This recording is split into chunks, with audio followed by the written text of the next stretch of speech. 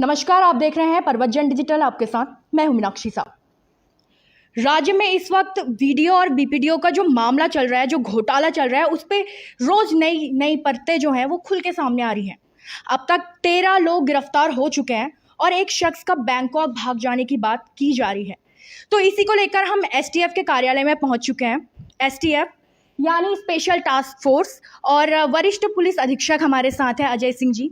Thank you sir, आपने कीमती वक्त दिया। Thank you.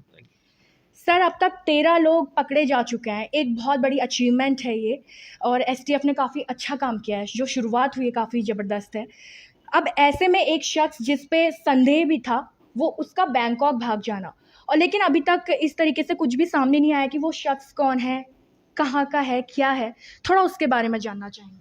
हाँ, देखिए, मैं थोड़ा सा 2 मिनट लूँगा स्टार्टिंग बताने के लिए कि ये मुकदमा जो लिखा गया था, ये 2 सप्ताह पहले माननीय मुख्यमंत्री जी के आदेश पे लिखा गया था। जो शिकायतें उनको प्राप्त हुई, उस पर मुकदमा दर्ज हुआ था। और इसमें जो हमारी स्टार्टिंग में था, अब तक 13 लोग, जैसा आपने बताया, अरेस्ट हो रखे हैं। इसमें यह भी जानना बहुत ज़रूरी है कि इसमें करीब 83 लाख की कैश रिकवरी भी हो चुकी है, और काफ़ी सारी प्रॉपर्टीज़ हमने इसमें अभी फ्रीज़ कराई हैं। बहुत सारे बैंक अकाउंट्स हैं जिसमें पैसे का ट्रांजैक्शंस हुआ, जो अभियुक्त गणों के बीच में था। काफ़ी सारे ऐसे छात्र हैं जो अनुचित साधनों का प्रयोग किया था, उनके भी बहुत सारे लोग के बयान दर्ज हो गए। चूँकि इन्वेस्टिगेशन एक प्रक्रिया है जो चलती रहती है, और उसमें जैसे-जैसे साक्ष्य आते हैं जो कोर्ट में प्रोड्यूस किए जा सकें और अभी तो गिरफ्तार किया जा सके, वो प्रक्रिया चल रही है। रही बात किसी की भी कोई सोशल मीडिया में या किसी कहीं पर भी किसी के नाम आने की, जब तक कि आधिकारिक पुष्टि वह तभी होती है जब उसके खिलाफ साक्ष्य होते हैं, या हम उसको गिरफ्तार करने वाले हों, या गिरफ्तार कर लिया हो, या उसके खिलाफ माननीय न्यायालय से कोई हमने वारंट वगैरह लिया हो। तो मैं उस पर बहुत ज़्यादा कमेंट इसलिए नहीं करूँगा, चूँकि सोशल मीडिया में बहुत तरह के नाम, बहुत तरह के लोग आरोप प्रत्यारोप भी चलते रहते हैं, तो मैं उस पर कमेंट ना करके एक लीगल जो इन्वेस्टिगेशन है उसी पर बता सकता हूँ। बट सर, कोई ना कोई तो बैंकॉक तो गया है जो इस केस से रिलेटेड है, जिसको आप लोगों द्वारा एक संदेह के घेरे में रखा गया था, और शायद यहीं से ये इन्फॉर्मेशन गई है कि वो 2 महीने के वीज़ा पे गया हुआ है। देखिए, ये एकदम निराधार है, चूँकि इस तरह का कोई भी स्टेटमेंट हम हमारे ना कार्यालय से ना मेरे द्वारा दिया जाता है, और कोई भी देश-विदेश में कहीं भी जाने के लिए स्वतंत्र है, जब तक कि हाँ, उसको कोई लीगली रूप से कोई नोटिस ना दिया गया हो। तो इस तरह की अभी तक कहीं बात नहीं है। सिर्फ मीडिया में जो मैंने खबरें मैं भी पढ़ता हूँ, तो मैंने देखी हैं उस चीज़ों को। लेकिन इन्वेस्टिगेशन एक प्रोसेस है, कहीं से कोई जुड़ता है, हो सकता है साक्ष्य के रूप में जुड़ सकता है, किसी बयान के रूप में जुड़ सकता है। तो ज़रूर नेचुरल सी बात है, कोई भी हो, मतलब एक्स, वाई, ज़ेड, उसको यहाँ पर बुला के उससे पूछताछ करके, जानकारी करके सत्यता को जानने की कोशिश की जाएगी। जी। सर, इसी बीच में एक नाम और उभर के सामने आ रहा है। आपने कहा कि इस तरीके के नाम की कोई पुष्टि नहीं की जा रही है, लेकिन बैंकॉक से ही जुड़ा एक नाम सामने आ रहा है, जो कि जिला पंचायत सदस्य है हाकम सिंह रावत। उस नाम को काफ़ी उछाला जा रहा है। क्या इस केस से उस नाम का कोई रिलेट है? देखिए, अभी तक इसे इन्वेस्टिगेशन में मैं इसलिए नहीं बताऊँगा कि इन्वेस्टिगेशन बड़ी, जब तक एक तरह से कहा जाए, गोपनीय चीज़ भी होती है, और जब तक लीगल चीज़ भी होती है। तो किसी के बहुत सारे लोग गुमनाम प्रार्थना पत्र भेज रहे हैं, कुछ लोग किसी के ऊपर आरोप लगा रहे हैं, कुछ छात्रों के नाम दे रहे हैं कि यह पढ़ना लिखना नहीं जानता लेकिन परीक्षा में टॉपर हो गया या पास हो गया। बहुत सारे इस तरह के मीडिया में भी और गुमनाम पत्र आ रहे हैं। तो नेचुरल सी बात है, जब कोई शिकायत किसी भी माध्यम से आती है और सोर्स उसका है, तो उसको हम एक बार वेरीफाई करने की कोशिश करते हैं। जब कोई नाम आता है, कोई आरोप लगाता है, या कोई ऐसे फैक्ट्स को देता है जो हमारी इन्वेस्टिगेशन में हेल्पफुल होंगे, तो नेचुरल सी बात है उसमें हम आगे साक्ष्य को एकत्र करेंगे, और लगता है किसी का दोष है तो नेचुरल सी बात है उसमें कार्रवाई की जाएगी।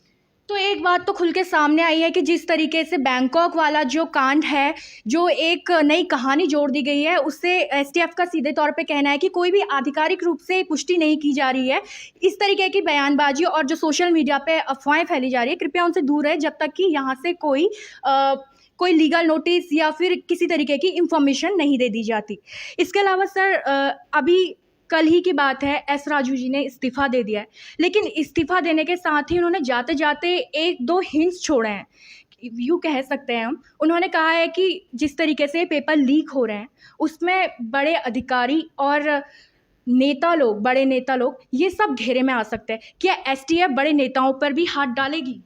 देखिए, ये माननीय जो अध्यक्ष जी थे, उनका अपना व्यक्तिगत निर्णय है कि जो इस्तीफ़ा था, और उस संबंध में तो मैं कमेंट कर ही नहीं सकता हूँ। लेकिन अगर भविष्य में मुझे उनके कोऑपरेशन की ज़रूरत पड़ेगी, चूँकि उन्होंने काफ़ी सारे उन्हीं के कोऑपरेशन और उसके कारण जो है हम इतनी आगे तक बढ़ पाए हैं। तो नेचुरल सी बात है, उनसे व्यक्तिगत उसमें भी परिप्रेक्ष्य में कोशिश करेंगे कि मिलके उनसे अगर ऐसी कोई जानकारी वो देना चाहते हैं, साझा करना चाहते हैं, तो पक्का लेंगे, और उनके गाइडेंस में जो भी हमें इन्फॉर्मेशन मिलती है, पक्का उसमें लीगल हम एक्शन भी करेंगे। और इसके साथ-साथ उनसे पहले भी बहुत दौर की वार्ता हमारी फॉर्मली इनफॉर्मली हमारी टीम की हो चुकी है। तो बहुत सारे जो उन्होंने फैक्ट्स जो उनके पास थे वो शेयर किए हुए हैं हमसे, लिखित रूप में भी शेयर किए, और नेचुरल सी बात है जो इन्वेस्टिगेशन चल रही है उसमें कहीं न कहीं आयोग के द्वारा जो इन्फॉर्मेशन शेयर की गई उससे हमें एक रास्ता आगे बढ़ने को मिला था। पर सर मेरा कहने का मतलब ये है कि अगर किसी बड़े नेता पर हाथ डालने की बात आई तो क्या एसटीएफ उस पर हाथ डालेगी? देखिए, ये सवाल मतलब रेलेवेंट ही नहीं है, चूँकि कानून की नज़र में कोई बड़ा और छोटा नहीं होता। अगर कोई कानून के जद में आता है और वो आपराधिक किसी कृत्य में पाया जाता है, तो नेचुरल सी बात है उसमें कभी हम उसके कद को या उसके पोजीशन को कहीं भी नहीं देखेंगे।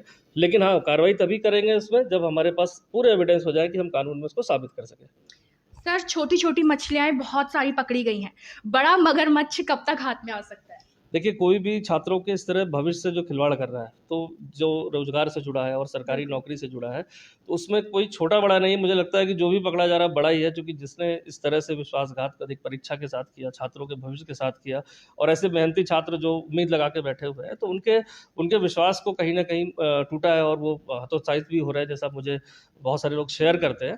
तो मैं उनसे भी कहना चाहूँगा कि परीक्षा में ऐसा नहीं, सिर्फ़ जो लोग गलत हैं, उन पे ही कार्रवाई होगी। कहीं भी जो ऐसा अनुचित साधनों का प्रयोग करके पास हुआ है, नेचुरल सी बात है उसको हम खोज के लाएँगे, उसे डिबार्ड कराएँगे, उसको चार्जशीट भी करेंगे। लेकिन उन छात्रों को डरने और उसमें ज़रूरत नहीं है कि जो परीक्षा अपनी मेहनत से पास किए हैं, वो किसी भय और संशय में ना रहें।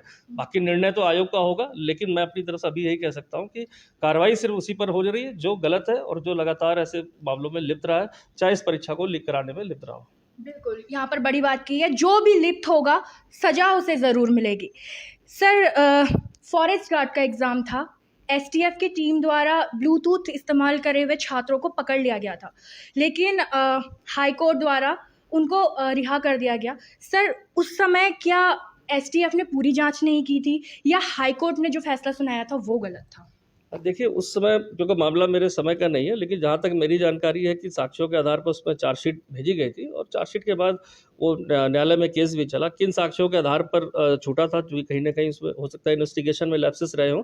इसमें अपील में भी आयोग से जानकारी है कि हाँ, सुप्रीम कोर्ट में अपील में भी गए और अपील अभी एक्सेप्ट नहीं हुई थी, खारिज हुई थी, तो रिवीज़न में गए हुए हैं। तो अभी ये कहना कि उसका क्या फेट हुआ, क्योंकि लीगल रूप से अभी भी वो रिवीज़न में अपील है और उसका अपडेट अभी तक मेरे पास यही था कि रिवीज़न में है। तो हो सकता है आने वाले समय में जो भी निर्णय आएगा न्यायालय का, उस पर आगे की कार्रवाई की जाएगी। अच्छा सर, ये बोला जा रहा है कि 100 से ज़्यादा लोग इसमें फँस सकते हैं, 100 लोगों के फँसने की बात हो रही है, अभी तक 13 लोग शिकंजे में आ चुके हैं। अब कितनी जल्दी ये प्रोसेस पूरी होगी, कितना मतलब और इसमें एफर्ट किया जा रहा है? देखिए, आंकड़े का खेल, फिर मैंने कहा कि मेरी तरफ से कभी भी नहीं या मेरी टीम की तरफ से कहीं नहीं कि कोई आंकड़े दिए गए। एक संभावना होती है, जब हम किसी केस पे काम करते हैं तो हम एक संभावना व्यक्त करते हैं कि इसमें 20-40 लोग इन्वॉल्व हो सकते हैं। उसी संभावना और जो हमारे पास लोगों के बयान आ रहे हैं, उससे हम कोई निश्चित आंकड़े तो नहीं पहुँच सकते, लेकिन कहीं न कहीं एक फिगर होगी जहाँ आने वाले, मुझे लगता है 1-2 महीने में पिक्चर सारी क्लियर हो जाएगी। तो आंकड़े की क्या, हम एग्ज़ैक्ट फिगर भी बता सकते हैं कि कितने लोग इसमें शामिल रहे। मतलब जो फाइनल रिपोर्ट्स है वो 1-2 महीने के अंदर क्लियर हो जाएगी। हाँ, इतना तो मिनिमम टाइम मैं समझता हूँ कि लग जाएगा। तो आप सुन रहे हैं कि वीडियो जो मामला था उसमें जो राज्य भर में लोगों के तमाम सवाल थे, चाहे वो आयोग से लेकर हों, चाहे वो एसटीएफ को लेकर हों, चाहे वो नेताओं को लेकर हों, सारे सवालों के एक जवाब उन्होंने दिया कि 2 से 3 महीने का जो वक्त है वो अभी जो रिज़ल्ट है उसको क्लियर करने में लग सकता है और इतने वक्त के बाद जो तस्वीर है वो सीधे तौर पर साफ़ हो जाएगी। तो फ़िलहाल जो अभी एक रूमर्स फैल रहे थे कि एक शख्स जो बैंकॉक गया है उसको पूरी तरीके से यहाँ पर अजय सिंह जी ने खारिज किया हुआ है कि इस तरीके की अगर कोई भी अपडेट एसटीएफ की तरफ से दी जाती है तभी उसे माने, अन्यथा जो सोशल मीडिया पे चल रहा है जो कुछ भी उस पे यकीन ना करें। तो फिलहाल अभी मेरे साथ इतना ही। आप बने रहिएगा परवत जर्नलिस्ट के साथ।